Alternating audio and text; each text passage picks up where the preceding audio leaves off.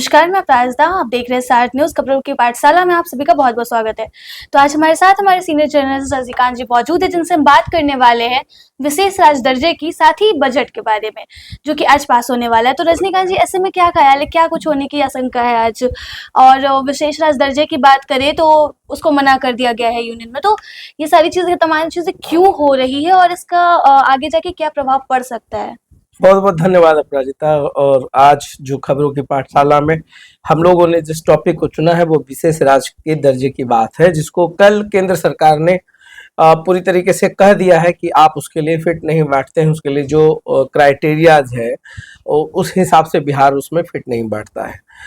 ये तो 2012 में जब यूपी की सरकार थी तभी स्पष्ट हो गया था, जब नेशनल डेवलपमेंट काउंसिल ने कह दिया था कि जो मानक तय किए गए उस हिसाब से बिहार को विशेष राज्य का दर्जा नहीं दिया जा सकता है। बावजूद इसके इतने सालों से हाई तौबा मची हुई है और 2005 से जब से नीतीश कुमार सत्ता में आए हैं तब से विशेष राज्य के दर्जे की मांग करते रहे हैं।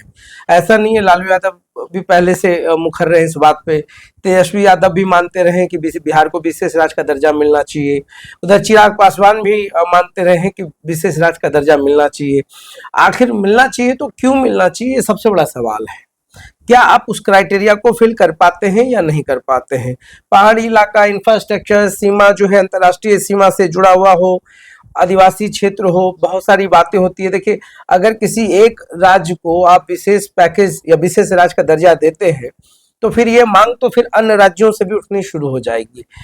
इसलिए एक जो मानक रहा है उसको स्पष्ट रूप से समझने की जरूरत है कि मानक क्या कहता है। और ऐसा नहीं कि नीतीश कुमार को पता नहीं है, जो भी आज पार्टी बड़ी बड़ी बातें कर रही है। इधर पप्पू यादव ने भी कहा कि अगर नहीं मिलेगा तो आंदोलन करेंगे।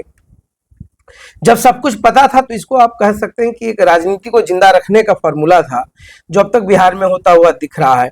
और सुविधाएं जो इसमें मिलती है, 90% अनुदान होता है, 10% रुपये बिना ब्याज के कर्ज होते हैं, तो ये एक फायदा ये होता है। दूसरा है कि विशेष राज्यों को income tax, GST, excise, custom और कॉर्पोरेट में भी काफी छूट मिलती है।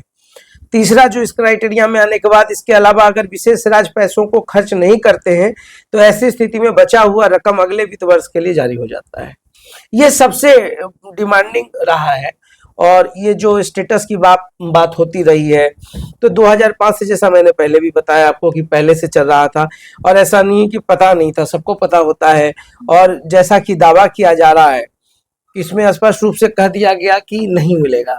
नहीं क्यों मिलेगा वो भी आपको बता दिया गया।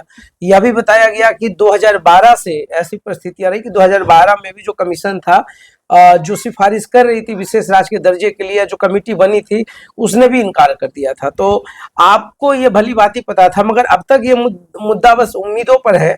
और अब तो नीतीश कुमार यह कर रहे हैं कि अगर विशेष राज्य का दर्जा ना सही तो विशेष पैकेज जरूर दिया जाए। और देखिए, कुछ कुछ जो राज्य है उन राज्यों को यह अधिकार है, और इसको तो हम विशुद्ध राजनीति समझ रहे हैं अपराजिता, कि क्या कुछ हो सकता है इसमें। और अगर बात की जाए बजट की, तो जैसे कि जान रहे हैं कि अभी कुछ ही देर में आने वाला है, तो ऐसे में क्या कुछ तमाम चीजें आपको देखने को मिल सकती है? क्या अंदाजा लगा पा रहे हैं आप? देखिए, अभी तो बजट हमने सुना नहीं है, इसलिए बजट पे तो नहीं बोलेंगे। मगर हाँ, आपको हम, अब चूंकि हम विशेष राज्य के दर्जे की बात कर रहे थे, तो अब तक जो बजट आएगा उस बजट में तो ये प्रावधान है कि नहीं कि आप घोषणा कर पाएंगे। ये तो केंद्र सरकार का एक अलग सा मुद्दा है। मगर देखिए, 11 राज्य जो है, जो केंद्र शासित प्रदेश को स्पेशल स्टेटस मिला हुआ है, उसमें अरुणाचल प्रदेश है, जम्मू कश्मीर है, उत्तराखंड है, मेघालय है, त्रिपुरा, नागालैंड, सिक्किम, मिजोरम, असम, हिमाचल प्रदेश और मणिपुर। ऐसे राज्यों को स्पेशल स्टेटस जो है राज्य का वो मिला हुआ है। और देखिए, आपको याद होगा कि आज भले ही आरसीपी अलग हो गए हो, अभी आरसीपी का एक बयान मैं पढ़ रहा था कि भीख मांगने की मानसिकता से बिहार को उबरना चाहिए। मगर ये ज्ञान और ये पाठ जो आज वो बता रहे हैं, 2018 में वही थे जो चीख चीख कर कह रहे थे कि बिहार के साथ नाइंसाफी हुआ है और बिहार को विशेष राज्य का दर्जा मिलना चाहिए। तो खैर, पॉलिटिकल स्टैंड होता है इंसान का, आप जिस पार्टी में रहते हैं उसके वफादार होते हैं। पार्टी छोड़ने के बाद फिर आप ज्ञान भी देते हैं और उसके विरोध में भी कुछ बोलते हैं। मगर हमको याद है कि एक बार आरसीपी ने जब जदयू छोड़ा था तो उन्होंने कहा था कि बिहार से पहले उड़ीसा को जरूरत है। देखिए, विशेष राज्य का दर्जा, मैं थोड़ा सा अगर इससे इतर बात करूं तो मुझे लगता है कि बिहार के पास जिस संसाधन का रोना रोया जा रहा है, बिहार के पास संसाधन बहुत है। ये अलग बात है कि इच्छा शक्ति नहीं है।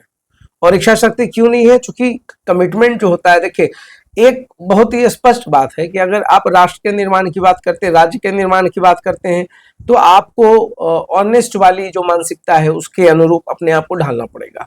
ईमानदार कार्रवाई के लिए पहल करनी होगी।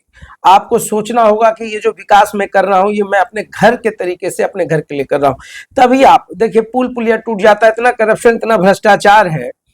टूरिज्म से बड़ा कोई इंडस्ट्री बिहार के लिए नहीं हो सकता है। आप कॉर्पोरेट टूरिज्म की बात करें बिहार में, रिलीजियस टूरिज्म की बात करें बिहार में, आप एडवेंचरस टूरिज्म की बात करें बिहार में, आप वाटर स्पोर्ट्स टूरिज्म की बात करें बिहार में, आप सूफी सर्किट की बात करें बिहार में, आप बुद्धिस्ट सर्किट की बात करें बिहार में, आप जितने तरीके का है मेडिकल टूरिज्म की बात करें बिहार में, आप जितने प्रकार का टूरिज्म जानते हैं सभी को परिभाषित किया जा सकता है इस बिहार में, मगर बावजूद इसके ये इंडस्ट्री का रूप नहीं ले सका। मुझे आज भी याद है कुछ साल पहले 16 गांवों का पूरे देश में चयन हुआ था, मुझे जहां तक याद है। उसमें नेपुरा जो है नालंदा का एक सिलाव प्रखंड का नेपुरा गांव है। इसको ग्रामीण पर्यटन के लिहाज से विकसित करने की बात की गई थी। अभी देखिए ग्रामीण पर्यटन की बात मैं कर रहा हूँ। उसके बाद हेरिटेज टूरिज्म की बात करूंगा। नालंदा विश्वविद्यालय को विश्व धरोहर की सूची में शामिल किया गया। आपको बोध गया है, आप पटना में है, गोलघर है, तमाम चीजें हैं। आप इंडस्ट्री स्टैब्लिश नहीं कर पाए, ये दुर्भाग्य है। इस मानसिकता से तो उबर जाना चाहिए था। मुझे लगता है कि 2005 से जो हम इस बात की मांग करते रहे कि विशेष राज्य का दर्जा मिलना चाहिए, मैं भी इसका समर्थन करता हूं, मगर क्या हम अपने आप को उस अनुरूप खड़ा नहीं कर सकते थे कि इसकी जरूरत ही ना पड़े? इंडस्ट्री आप देखिए, उत्तर प्रदेश में एमएनसी कंपनी आ रही है, बिहार में नहीं है। आपका जो इंडस्ट्री था जिसके दम पर आप बहुत चीज हासिल कर सकते थे, वो नहीं है। मॉर्टिन चॉकलेट फैक्ट्री बंद हो गया, सुई कारखाना बंद हो गया, चीनी मिल बंद हो गया, जूट बंद हो गया। आप इंडस्ट्री नहीं ला पाते हैं, बड़े बड़े उद्योग को आप इंट्रोड्यूस नहीं कर पाते हैं। क्यों? एक तो ज्योग्राफिकल कंडीशंस की बात होती है, उसमें भी बिहार फिट बैठता है, मगर सिक्योरिटी के मामले पे इस मोर्चे पे बिहार विफल रहा। आप देखिए राजगीर में बहुत सारी इंडस्ट्रीज खुल सकती थी, होटल इंडस्ट्रीज का बहुत ज्यादा आगमन हो सकता था। तो ये छोटी छोटी जो बात कह के पीठ थपथपाई जाती है बिहार में कि हमने ये कर दिया, मैंने ये तीर चला दिया। आप इंडस्ट्री ला दें, आप कारखाना, छोटे छोटे उद्योग को विकसित कर दें, पर्यटन को इंडस्ट्री बना ले, आपको किसी राजस्व की जरूरत नहीं पड़ेगी।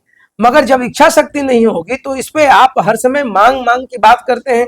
बिहार तो हमेशा देने की स्थिति में रहा है। ज्ञान हमने दिया विश्व को, क्या कमी रही है बिहार में?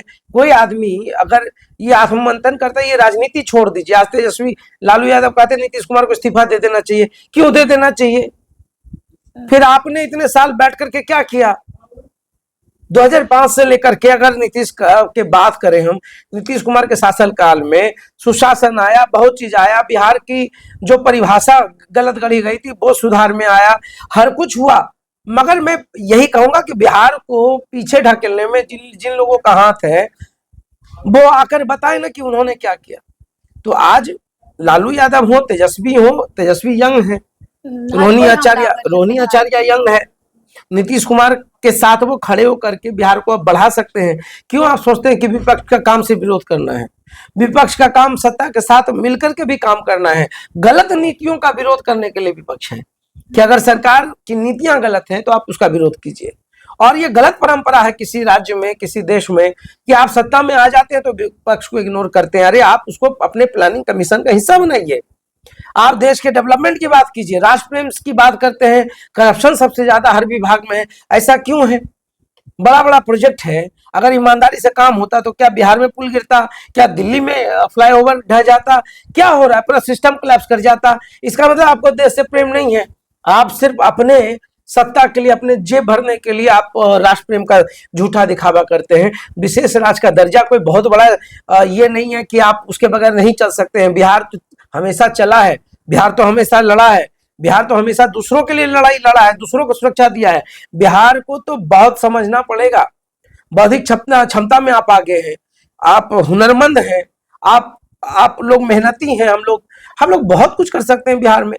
तो मैंने वही कहा अपराजिता कि बिहार में इंडस्ट्री खड़ा हो, और खास करके पर्यटन उद्योग खड़ा हो, छोटे छोटे रोजगार बढ़े, स्वरोजगार बढ़े। देखिए नेपुरा बंद हो गया, विदेशी लोग आते, तथा सिल्क उद्योग था। आपको भागलपुर सिल्क सिटी कहा जाता है। आपको बसवन बिघा नालंदा में है, यहाँ का पर्दा राष्ट्रपति भवन में टंग जाता था। तो आप बावन बुटी की बात कर रहे हैं, सिराव का खाजा है, पटना में सारा हेरिटेज है, आपका इतिहास है। आप आपकी इच्छा शक्ति हुई कब है कि आप इसको इंडस्ट्री बना पावे? नहीं बना पाते हैं। तो आपको समझना पड़ेगा ना। शंकर नेत्रालय लोग जा सकते हैं मेडिकल टूरिज्म के हिसाब से, क्या वो पावापुरी नहीं आ सकते हैं? क्या वो पटना नहीं आ सकते हैं?